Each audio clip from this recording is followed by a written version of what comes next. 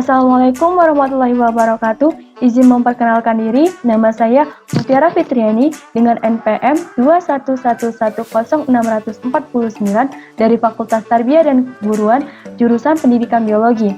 Adanya saya di sini, saya ingin memaparkan materi tentang keselamatan dan keamanan laboratorium, mata kuliah pengelolaan laboratorium biologi yang dibimbing oleh Ibu Aryani Dwi Kusumawardani MPD. Yang pertama, apa itu keselamatan dan keamanan? Keselamatan adalah suatu keadaan aman dalam suatu kondisi baik itu secara fisik, sosial, spiritual, finansial, politis, emosional, ataupun pekerjaan. Atau suatu keadaan terhindar dari bahaya selama melakukan pekerjaan. Selanjutnya ada keamanan. Keamanan adalah upaya untuk mengamankan sesuatu atau juga sebagai unsur-unsur penunjang yang mendukung terciptanya suatu kerja yang selamat, baik itu berupa material atau non-material.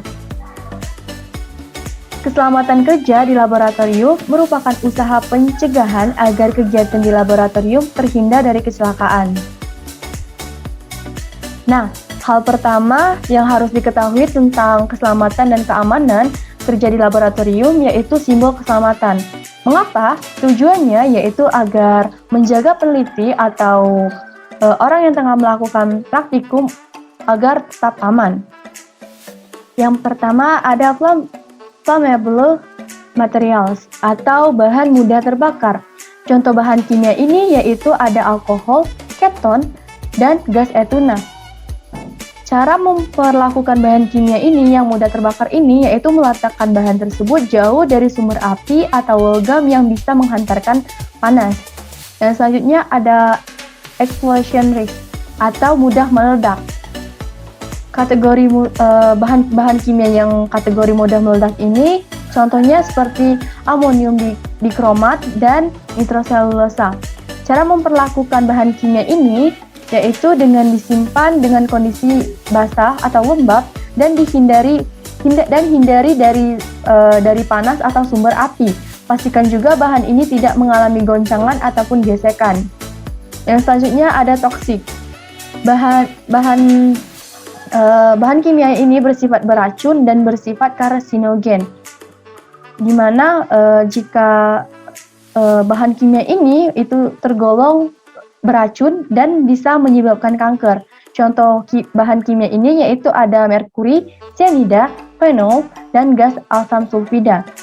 Bahan-bahan ini jangan sampai tercium, terminum, apalagi terhirup, dan apalagi mengenai kulit. Pastikan juga selama di lab agar tidak kontak langsung dengan uap bahan kimia ini.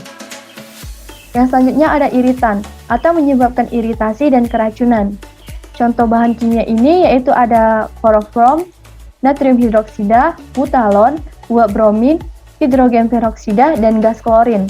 Ketika bekerja di lab dan menggunakan bahan-bahan kimia ini, hendaknya pastikan uap dan bahan-bahan kimia ini tidak mengenai kulit dan tidak tertelan ataupun terhirup.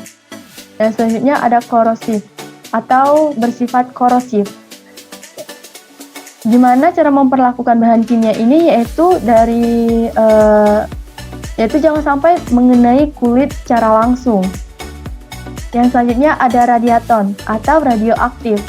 Contoh bahan kimianya yaitu ada uranium, plutonium, thorium, dan aktinium. Bahan kimia ini bersifat radioaktif. Sebaiknya disimpan di dalam botol tebal dan tertutup. Pastikan juga bahan ini tidak mengenai tubuh secara langsung. Lalu, apa saja alat keselamatan kerja di laboratorium? Yang pertama ada jas laboratorium. Jas laboratorium ini berfungsi sebagai pelindung tubuh dari bahan kimia yang dapat menyebabkan luka, dan jas lab ini harus longgar dan nyaman dipakai.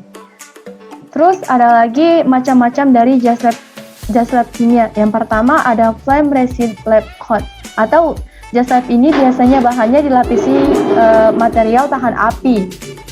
Terus yang selanjutnya ada 100% cotton lab coat. Jas ini biasanya digunakan laboratorium kimia umum, misalnya jas lab kimia pendidikan. Yang selanjutnya ada scientific atau cotton blends. Jas lab ini biasa terbuat dari 100% polyester atau campuran polyester atau cotton. Seperti halnya cotton lab coach tadi, jas ini digunakan laboratorium kimia umum. Selanjutnya ada sarung tangan.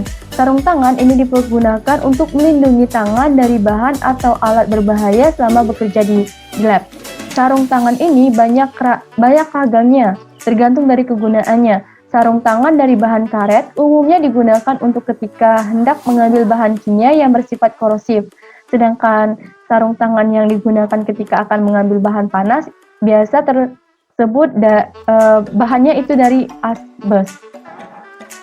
Selanjutnya ada goggles. Goggles atau kaca pelindung itu melindungi mata dari bahan yang mudah meledak atau menguap. Pelindung mata ini juga berguna untuk melindungi mata dari percikan air mendidih atau serpihan logam selama praktikum di laboratorium. Selanjutnya ada masker. Digunakan untuk melindungi hidung dan mulut agar tidak menghirup atau menelan bahan kimia. Masker yang digunakan itu sesuai dengan jenis kontamin, konsentrasi, dan batas paparan. Umumnya masker ini dilengkapi dengan filter yang berguna untuk menyaring udara. Filter tersebut ada batas dan batas pemakaiannya. Ketika sudah melewati batas pemakaiannya, filter harus segera diganti. Lalu, bagaimana ruangan laboratorium yang memenuhi standar? Yang pertama yaitu kondisi ruangan haruslah baik. Yang selanjutnya, susunan ruangan yang rapi. Yang ketiga, perlengkapan peralatan keselamatan seperti kotak P3K dan pemadam kebakaran. Yang selanjutnya yaitu nomor telepon penting seperti petugas medis dan pemadam kebakaran. Yang selanjutnya memiliki sistem ventilasi yang baik, proses keluar udara masuk itu haruslah stabil. Yang selanjutnya yaitu ada laboratorium. Setidaknya itu memiliki 2 pintu keluar dengan jarak yang cukup jauh. Selanjutnya yaitu beberapa kecelakaan yang pernah terjadi di laboratorium. Yang pertama, terpeleset. Ini terjadi karena biasanya lantai licin atau sepatu serta bertali longgar. Akibatnya terjadinya memar dan lecet pada anggota tubuh. Untuk penanganannya itu segera dipel kalau lantai basah atau licin. Yang kedua yaitu memakai sepatu karet dan berjalan, tidak lari di laboratorium. Yang selanjutnya yaitu terkena larutan asam. Akibatnya kulit bisa lecet atau terkelupas. Penanganannya yaitu segera dilap dengan kapas atau kasa halus, dicuci dengan air mengalir sebanyak-banyaknya. Selanjutnya dicuci dengan 1% Na2CO3. Kemudian dicuci lagi dengan air mengalir dan mengeringkan serta mengolesi dengan salep Levetran. Yang selanjutnya yaitu terkena logam atau natrium. Logam natrium atau kalium. Akibatnya kulit bisa lecet atau terkelupas.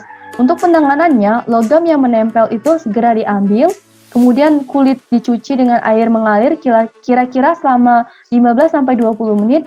Selanjutnya dinetralkan dengan larutan 1% asam asetat, kemudian dikeringkan dan diolesi dengan salep Levetran. Atau luka tersebut ditutupi dengan kapas steril atau kapas yang telah dibasahi dengan asam pikrat. Selanjutnya luka bakar akibat benda panas, yaitu akibatnya kulit bisa lecet atau terkelupas. Untuk penanganannya diolesi dengan salep minyak ikan atau Levetran. Mencelupkan ke dalam air es cepat mungkin atau dikompres sampai rasa nyeri agak berkurang. Prosedur keselamatan kerja di laboratorium. Yang pertama, mengenakan alat keselamatan kerja. Yang kedua, melepas perhiasan yang mudah rusak apabila terkena bahan kimia. Yang ketiga, dilarang makan dan minum di dalam laboratorium. Yang keempat, dilarang mencoba-coba atau mencampurkan zat kimia yang tersedia tanpa ada izin atau di luar buku petunjuk. Yang kelima, menggunakan alat dan bahan yang sesuai. Yang keenam, membersihkan atau membuang kotoran setelah bekerja di lab. Yang ketujuh, membersihkan meja kerja. Yang kedelapan, cuci tangan dengan sabun dan air mengalir sampai bersih setelah praktikum. Yang kesembilan, matikan gas atau peralatan listrik sesuai yang digunakan. Baiklah, itu saja yang dapat saya sampaikan. Kurang dan lebihnya saya mohon maaf. Semoga ilmu yang saya sampaikan dapat bermanfaat. Saya ucapkan wassalamualaikum warahmatullahi wabarakatuh.